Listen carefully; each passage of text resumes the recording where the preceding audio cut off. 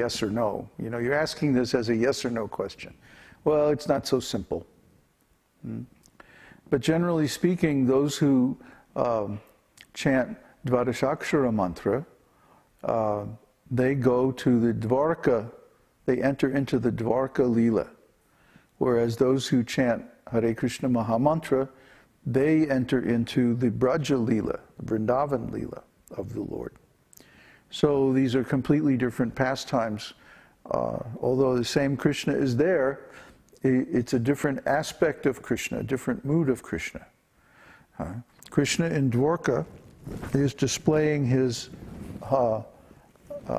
more external opulences of power and strength and so on, whereas Krishna in Vrindavan is displaying more of his internal opulences, such as his deep love of his devotees and so on. Although those are also there in Dvarka, it's in a different mood because it's in the Svakya, which means with opulence, with the rules and regulations. Whereas in Vrindavan, his relationships with his devotees are Parakya, without any limitations, without any rules. So these are very, very different moods. And it depends on which mood the devotee is attracted to, which mantra he should chant, or which form of Krishna that he should worship. For example, even in the conjugal mood, there's a difference between the worship of the queens of Dwarka and the gopis of Vrindavan. And this is a matter between Krishna and the devotee. It's a very personal matter, which one that you're attracted to.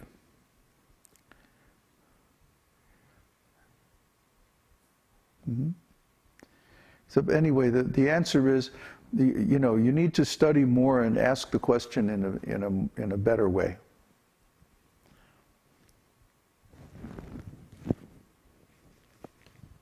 Question from Tiago. Please accept my humble obeisances. What is the point of marriage in the spiritual world if everybody is there to love and serve Krishna? Well, it has to do with what I was just talking about. It's a different mood. In marriage, when one wants to marry Krishna, this is called Svakya. Svakya means that the Vedic principles are observed and that there are, you know, conventions and rules, and there's a certain amount of formality in the relationship. Whereas the Parakya relationships in Goloka Vrindavan are utterly informal. They're completely intimate and spontaneous. There's no rules, there's no limitations. Krishna's pastimes in Vrindavan are just like completely wild. It's hard to explain. I mean, it's either you get it or you don't. But a person who wants, I suppose, the structure, who feels more comfortable with, you know, the marriage relationship, they would want to go to Dvarka in the spiritual world. And those who are more comfortable or who need the mood of lawless love, as it's called sometimes, would want to go to Vrindavan where they can experience the Parakya rasa.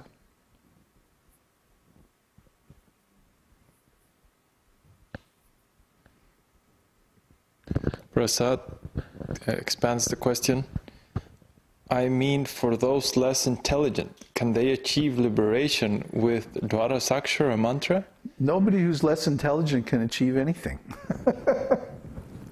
The less intelligent people, they don't have the ability to attain liberation.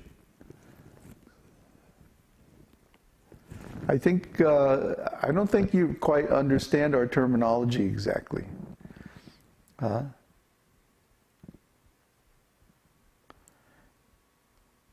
Less intelligent people can't understand this philosophy very well. Only the more intelligent, or most intelligent, can understand.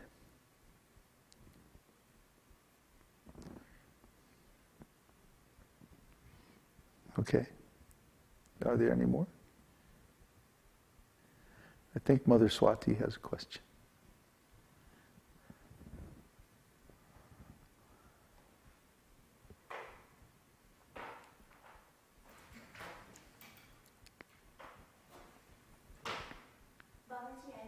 Expand on the question about the experience of chanting Dvadashakshar mantra and Hare Krishna Mahamantra. I was initially chanting Hare Krishna Mahamantra for a little while. When I then switched to Dvadashakshar mantra, and I felt really uncomfortable. I felt as if it was lacking the rhythm. It was not like a round circle thing. It was more like Om Namo Bhagavate Vasudevaya, Om Namo. It felt like it had rough edges, and I couldn't get into that for the longest time until I could figure out that, oh, I have to stay just constantly at one high level and just let the mantra go fast. Yeah, it's a different mood. So, I mean, pulling back totally, not going into the mood, not going into the deeper aspects of it, just from chanting aspects of it, it was really hard to be able to chant Dvadashakshar Mahamantra. Well, if you're already used to Mahamantra, why would you want to go back to Dvadashakshar? It felt incomplete, and so I just wanted to share that experience. Mm-hmm. Just like in Dwarka, even though the same Krishna is there, and Krishna is still the Supreme Personality of Godhead, in Dwarka, he doesn't manifest his four special qualities of playing the flute, and the really amazing pastimes with the different devotees in Vrindavan. Like I said, those parakiya rasa pastimes, completely beyond all rules and regulations. He doesn't manifest his special beauty. I mean, just his ordinary, completely transcendental beauty. And he also, he doesn't manifest, what was the fourth quality? I have to look it up. Flute, pastimes, I have to look it up. What's that? Already mentioned that. Beauty, the flute, surrounded by loving devotees and wonderful activities. Yeah, like the Rasa Leela. So I kind of put those last two together. The wonderful activities that Krishna performs are always in association with his devotees. And because his devotees in Vrindavan have these wonderful informal moods, parakiya means informal. They have wonderful activities that aren't manifest in any other incarnation or any other form of the Supreme Personality of Godhead. So Krishna's devotees and Krishna's pastimes, his flute playing, and his extraordinary beauty, these four things are not fully manifest in Dwarka. So naturally the mantras that lead to that Dwarka Leela or connected with that Dwarka Leela are also not on the same platform, you see. So once you have tasted the Hare Krishna Mahamantra, that's it, you're spoiled. You don't ever want to go to any other platform of devotional service because it just doesn't have that same intimate taste, you know, it's just so wonderful.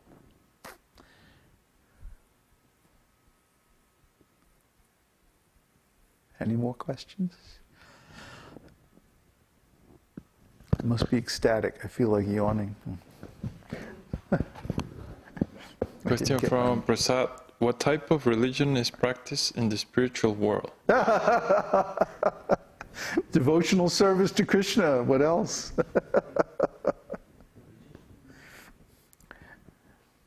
Pass me the drum, please. It's time to call the lion. Nice shot of the microphone.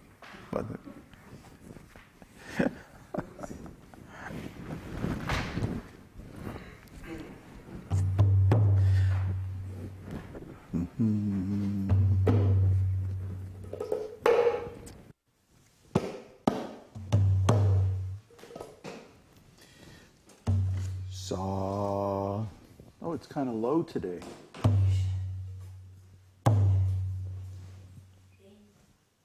The rain increased the humidity. Oh, because it got, yes, right. It responds more to the humidity than the temperature.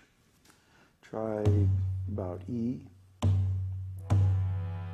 Try G.